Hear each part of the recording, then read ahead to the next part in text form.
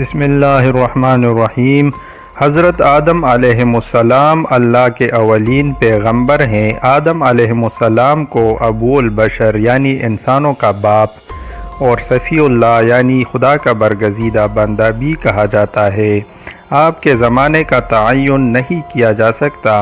تمام آسمانی کتابوں کے ماننے والوں کا عقیدہ ہے کہ اس روئے زمین پر اللہ جل شانہ نے حضرت آدم علیہ السلام کو تخلیق کیا۔ اللہ تعالیٰ نے جب حضرت آدم علیہ السلام کو پیدا کرنا چاہا تو فرشتوں کو اطلاع دی کہ میں زمین پر اپنا خلیفہ بنانا چاہتا ہوں جو اختیار و ارادے کا مالک ہوگا اور میری زمین پر جس قسم کا تصرف کرنا چاہے گا کر سکے گا اور اپنی ضروریات کے لیے اپنی مرضی کے مطابق کام لے سکے گا۔ گویا وہ میری قدرت اور میرے تصرف و اختیار کا مظہر ہوگا۔ فرشتوں نے یہ سنا تو حیرت میں رہ گئے اور بارگاہ الہی میں عرض کیا، اگر اس ہستی کی پیدائش کی حکمت یہ ہے کہ وہ دن رات تیری تسبیح و تحلیل میں مصروف رہے اور تیری تقدیس و بزرگی کے گن گائے تو اس کے لیے ہم حاضر ہیں جو ہر لمحہ تیری حمد و ثنا کرتے اور بے چون و چرا تیرا حکم بجا لاتے ہیں۔ ہم کو تو اس خاکی سے فتنہ و فساد کی بو آتی ہے، ایسا نہ ہو کہ یہ تیری زمین میں خرابی اور خون ریزی بپا کر دے۔ بار الہی تیرا یہ فیصلہ آخر کس حکمت پر مبنی ہے؟ بارگاہ الہی سے اول ان کو یہ ادب سکھایا گیا کہ مخلوق کو خالق کے معاملات میں جلد بازی سے کام نہ لینا چاہیے اور اس کی جانب سے حقیقت حال کے اظہار سے قبل ہی شک و شبے کو سامنے نہ لانا چاہیے، اور وہ بھی اس طرح کہ اس میں اپنی برتری اور بڑائی کا پہلو نکلتا ہو۔ خالق کائنات ان حقائق کو جانتا ہے جس سے تم بے بہرا ہو، اور اس کے علم میں وہ سب کچھ ہے جو تم نہیں جانتے۔ وَإِذْ قَالَ رَبُّكَ لِلْمَلَائِكَةِ إِنِّي جَاعِلٌ فِي الْأَرْضِ خَلِيفَةً قَالُوا أَتَجْعَلُ فِيهَا مَن يُفْسِدُ فِيهَا وَيَسْفِكُ الدِّمَاءَ وَنَحْنُ نُسَبِّحُ بِحَمْدِكَ وَنُقَدِّسُ لَكَ قَالَ إِنِّي أَعْلَمُ مَا لَا تَعْلَمُونَ۔ اور تمہارے پروردگار نے فرشتوں سے کہا تھا میں زمین میں ایک خلیفہ بنانے والا ہوں۔ فرشتوں نے کہا، کیا ایسی ہستی کو خلیفہ بنایا جا رہا ہے جو زمین میں خرابی پھیلائے گی اور خون ریزی کرے گی، حالانکہ ہم تیری حمد و ثنا کرتے ہوئے تیری پاکی و قدوسی کا اقرار کرتے ہیں کہ تیری مشیت برائی سے پاک اور تیرا کام نقصان سے منزہ ہے۔ اللہ نے کہا، میری نظر جس حقیقت پر ہے تمہیں اس کی خبر نہیں۔ اللہ تعالیٰ نے تمام زمین سے ایک مٹی لے کر آدم علیہ السلام کو بنایا۔ اس لیے زمین کے لحاظ سے لوگ سرخ و سفید، سیاہ اور درمیانی درجے میں، اسی طرح اچھے برے، نرم سخت طبیعت والے اور کچھ درمیانی درجے کے پیدا ہوئے۔ اللہ تعالیٰ نے جبریل علیہ السلام کو زمین میں مٹی لانے کے لیے بھیجا تو زمین نے عرض کی کہ میں تجھ سے اللہ کی پناہ میں آتی ہوں کہ تو مجھ سے کوئی کمی کرے یا مجھے عیبناک کر دے، تو وہ مٹی لیے بغیر ہی واپس چلے گئے اور عرض کی، اے اللہ، اس نے تیری پناہ میں آنے کی درخواست کی تو میں نے اس کو پناہ دے دی۔ اللہ تعالیٰ نے پھر حضرت میکائیل علیہ السلام کو بھیجا، زمین نے اسے بھی پناہ مانگی تو اس نے بھی پناہ دے دی اور حضرت جبرائیل علیہ السلام کی طرح واقعہ بتا دیا۔ پھر اللہ نے موت کے فرشتے کو بھیجا، زمین نے اسے بھی پناہ مانگی تو اس نے کہا، میں اس سے اللہ کی پناہ میں آتا ہوں کہ میں اللہ کے حکم کی تعمیل کیے بغیر واپس چلا جاؤں، اور اس سے مختلف جگہوں سے سرخ، سیاہ اور سفید مٹی اکٹھی کی، جس کی بنا پر آدم علیہ السلام کی اولاد بھی مختلف رنگوں والی ہے۔ وہ مٹی لے کر عرش پر چلے گئے اور اس کو پانی کے ساتھ تر کیا۔ پانی سے تر کرنے سے وہ چپکنے والی لیسدار مٹی بن گئی۔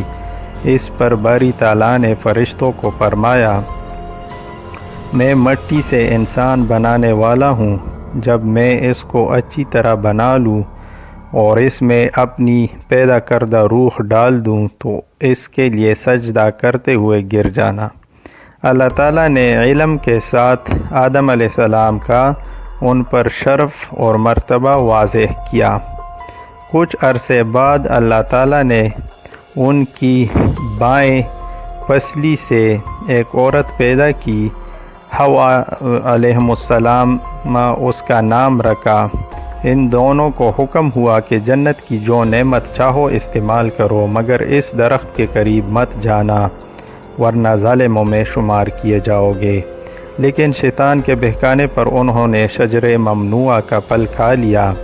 اس پاداش میں آدم علیہ السلام اور حوا کو جنت سے زمین کی طرف بھیج دیا گیا۔ اللہ رب العزت قرآن میں فرماتے ہیں کہ ہم نے انسان کو ضعیف، کمزور اور جلد باز پیدا کیا۔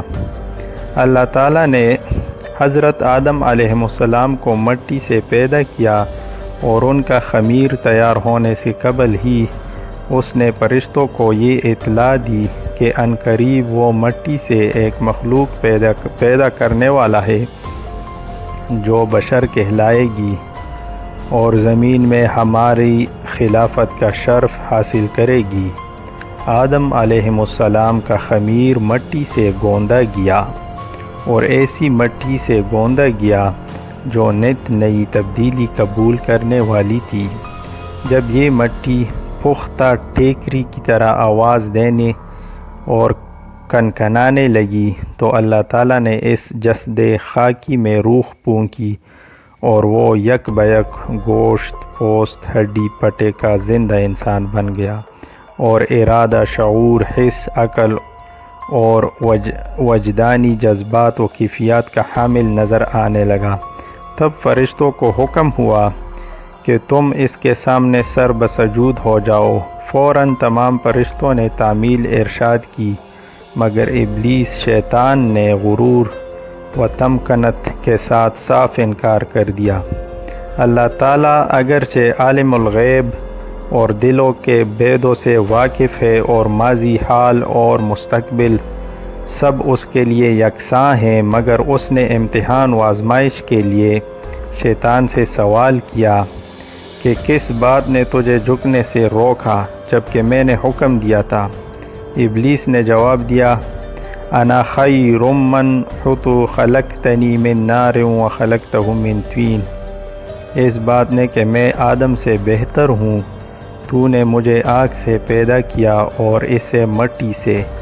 شیطان کا مقصد یہ تھا کہ میں آدم سے افضل ہوں اس لیے کہ تو نے مجھ کو آگ سے بنایا ہے اور آگ بلندی و رفعت چاہتی ہے اور آدم مخلوق خاکی، بلا خاک کو آگ سے کیا نسبت؟ اے خدا، پھر تیرا یہ حکم کہ ناری خاکی کو سجدہ کرے کیا انصاف پر مبنی ہے؟ میں ہر حالت میں آدم سے بہتر ہوں، لہٰذا وہ مجھے سجدہ کرے، نہ کہ میں اس کے سامنے سر بسجود ہوں۔ مگر بدبخت شیطان اپنے غرور و تکبر میں یہ بھول گیا کہ جب تو اور آدم علیہ السلام دونوں مخلوق ہو تو مخلوق کی حقیقت خالق سے مخلوق بھی نہیں جان سکتی، خالق سے زیادہ مخلوق بھی نہیں جان سکتی۔ وہ اپنی تمکنت اور گھمنڈ میں یہ سمجھنے سے قاصر رہا کہ مرتبہ کی بلندی و پستی اس مادے کی بنا پر نہیں ہے جس سے کسی مخلوق کا خمیر تیار کیا گیا ہے، بلکہ اس کی ان صفات پر ہے جو خالق کائنات نے اس کے اندر وضعیت کی ہیں۔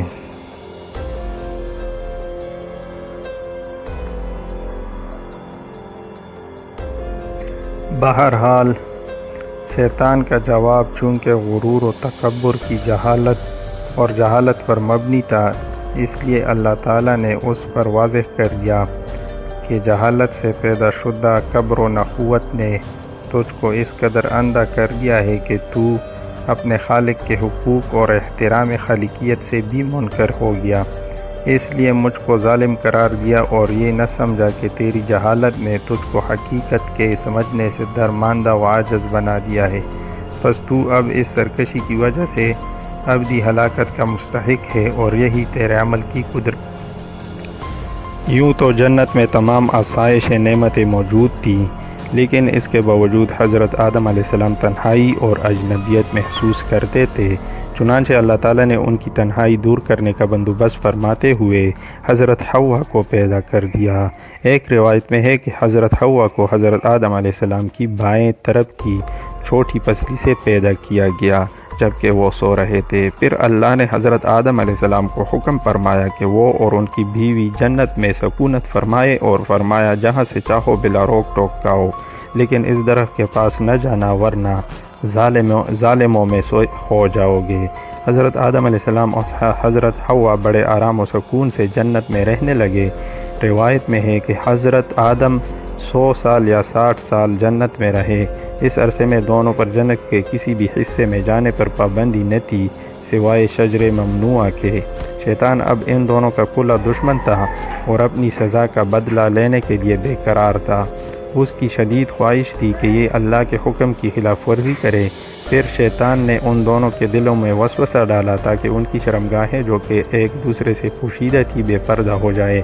اس نے انہیں کہا، تمہارے رب نے تم دونوں کو اس درخت سے اس لیے منع فرمایا ہے کہ کہیں یہ پھل کھا کر تم دونوں فرشتے نہ بن جاؤ یا کہیں ہمیشہ زندہ رہنے والوں میں سے نہ ہو جاؤ۔ شیطان کی ان باتوں نے حضرت حوا کو سوچنے پر مجبور کر دیا، اور پھر شیطان کی مسلسل اور تواتر کے ساتھ سازشیں راہ لائی اور اس نے حضرت حوا کو پھل کھانے پر راضی کر لیا۔ ایک دن حضرت حوا نے حضرت آدم علیہ السلام سے کہا کہ ہم اس شجر ممنوعہ کا ذرا سا حصہ کھا کر تو دیکھیں، آخر وہ کیا راز ہے جو اللہ نے اسے کھانے سے منع فرمایا ہے۔ شروع میں تو حضرت آدم علیہ السلام اس کے لیے قطعی طور پر تیار نہ تھے، لیکن پھر حضرت حوا کے مسلسل اصرار پر بدل نخواستہ وہ بھی راضی ہو گئے۔ ابھی ان دونوں نے پھل کو پورے طور پر چکھا بھی نہ تھا کہ ان کی صدرگاہیں ایک دوسرے پر عیاں ہو گئی، جس پر دونوں بدحواسی اور پریشانی میں جنت کے درختوں کے پتے توڑ توڑ کر اپنا بدن چھپانے لگے۔ اللہ نے دونوں کو پکارا اور فرمایا، کیا میں نے تم کو منع نہیں کیا تھا کہ اس درخت کا پھل نہ کھانا اور شیطان کے ورغلانے میں نہ آنا؟ یہ تمہارا کھلا دشمن ہے۔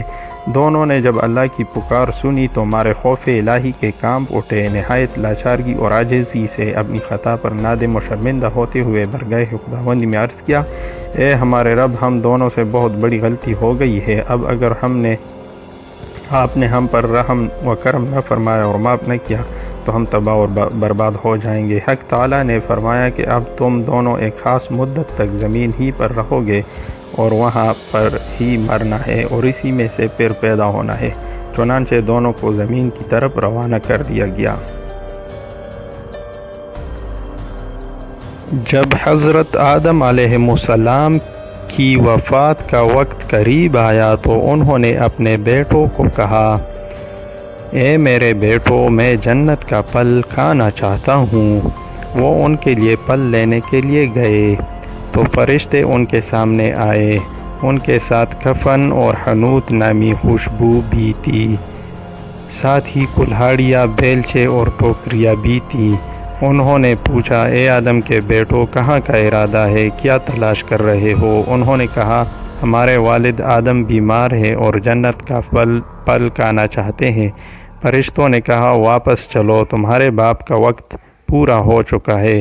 فرشتے آئے تو حوا نے ان کو پہچان لیا اور آدم کے ساتھ اوٹ میں ہو گئی۔ آدم علیہ السلام نے کہا، مجھ سے دور جا، میں تجھ سے پہلے پیدا ہوا ہوں، لہٰذا میرے اور میرے رب کے فرشتوں کے درمیان حائل مت ہونا۔ فرشتوں نے ان کی روح قبض کی، ان کو کفن پہنایا، خوشبو لگائی، ان کے لیے گڑھا کھودا، ان کی قبر بنائی، ان کی نماز جنازہ پڑھی، پھر ان کو قبر میں اتار دیا گیا، قبر میں رکھ کر اوپر سے مٹی ڈالی اور کہا، اے آدم کے بیٹو، میت کو دفنانے کا یہی طریقہ ہے۔